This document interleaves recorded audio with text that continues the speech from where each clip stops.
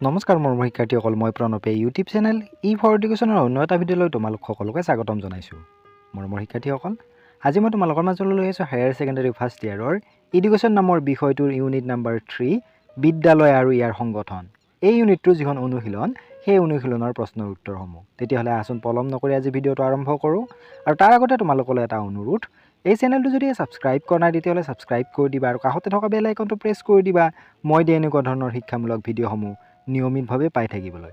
তাৰ উপৰিও আগৰ ইউনিট কেইটাৰ যদি উত্তৰসমূহ তোমালোকে চোৱা নাই, মই ডেছক্ৰিপশ্যনত লিংক দিছোঁ, তাত গৈও চাব পাৰিবা।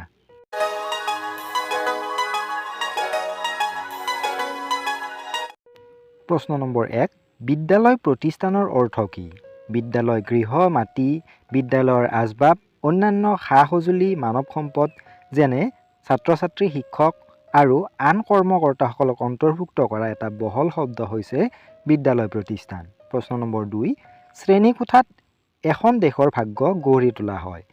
এই কথাষাৰ কোনে কৈছিল? এই কথাষাৰ কৈছিল কোঠাৰী আয়োগে। প্ৰশ্ন নম্বৰ 3, ইংৰাজী কাৰিকুলাম শব্দটো লেটিন ভাষাৰ কোনটো শব্দৰ পৰা উৎপত্তি হৈছে? ইংৰাজী কাৰিকুলাম শব্দটো লেটিন শব্দ কাৰিৰি শব্দৰ পৰা উদ্ভৱ হৈছে। প্ৰশ্ন নম্বৰ 4, কাৰিৰি শব্দৰ অৰ্থ কি? কাৰিৰি শব্দৰ অৰ্থ হ'ল ৰেচ কোৰ্চ, অৰ্থাৎ ঘোঁৰা দৌৰ দিয়া স্থান বা পৰিসীমা। প্ৰশ্ন নম্বৰ 5, প্ৰমূল্যৰ শিক্ষা বুলিলে কি বুজা? প্ৰমূল্যৰ শিক্ষাই কোনো মানুহে বা সমাজে গ্ৰহণ কৰা আদৰ্শক বুজায়। প্ৰমূল্য শিক্ষাৰ দ্বাৰা শিক্ষাৰ্থীৰ দৈহিক, বৌদ্ধিক, সৌন্দৰ্যবোধৰ বিকাশ আৰু উন্নতি সাধন হয়। প্ৰশ্ন নম্বৰ 6, প্ৰতিভাশালী ছাত্ৰ ছাত্ৰীৰ বুদ্ধাংকৰ পৰিসৰ কিমান? প্ৰতিভাশালী ছাত্ৰ ছাত্ৰীৰ বুদ্ধাংকৰ পৰিসৰ হৈছে 140ৰ ঊৰ্ধ্বত। প্ৰশ্ন নম্বৰ 7, অতি প্ৰখৰ বুদ্ধিসম্পন্ন ছাত্ৰ ছাত্ৰীৰ বুদ্ধাংকৰ পৰিসৰ কিমান? অতি প্ৰখৰ বুদ্ধিসম্পন্ন ছাত্ৰ ছাত্ৰীৰ বুদ্ধাংকৰ পৰিসৰ হৈছে 120ৰ পৰা 140ৰ ভিতৰত।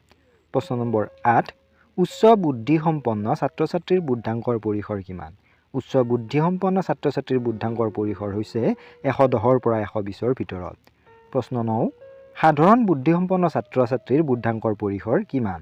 সাধাৰণ বুদ্ধিসম্পন্ন ছাত্ৰ ছাত্ৰীৰ বুদ্ধাংকৰ পৰিসৰ হৈছে 90ৰ পৰা 110ৰ ভিতৰত।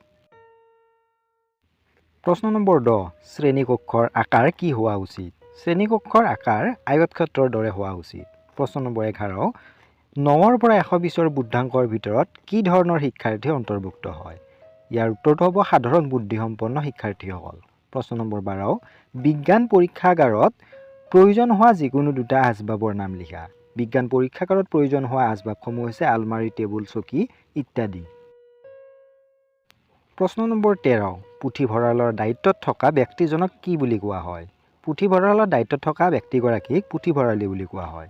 প্ৰশ্ন নম্বৰ 14, শ্ৰেণীকক্ষত প্ৰয়োজনীয় দুবিধ আহিলাৰ নাম লিখা। শ্ৰেণীকক্ষত প্ৰয়োজনীয় আহিলাসমূহ হৈছে চকী, মেজ, ডেস্ক, বেঞ্চ আদি।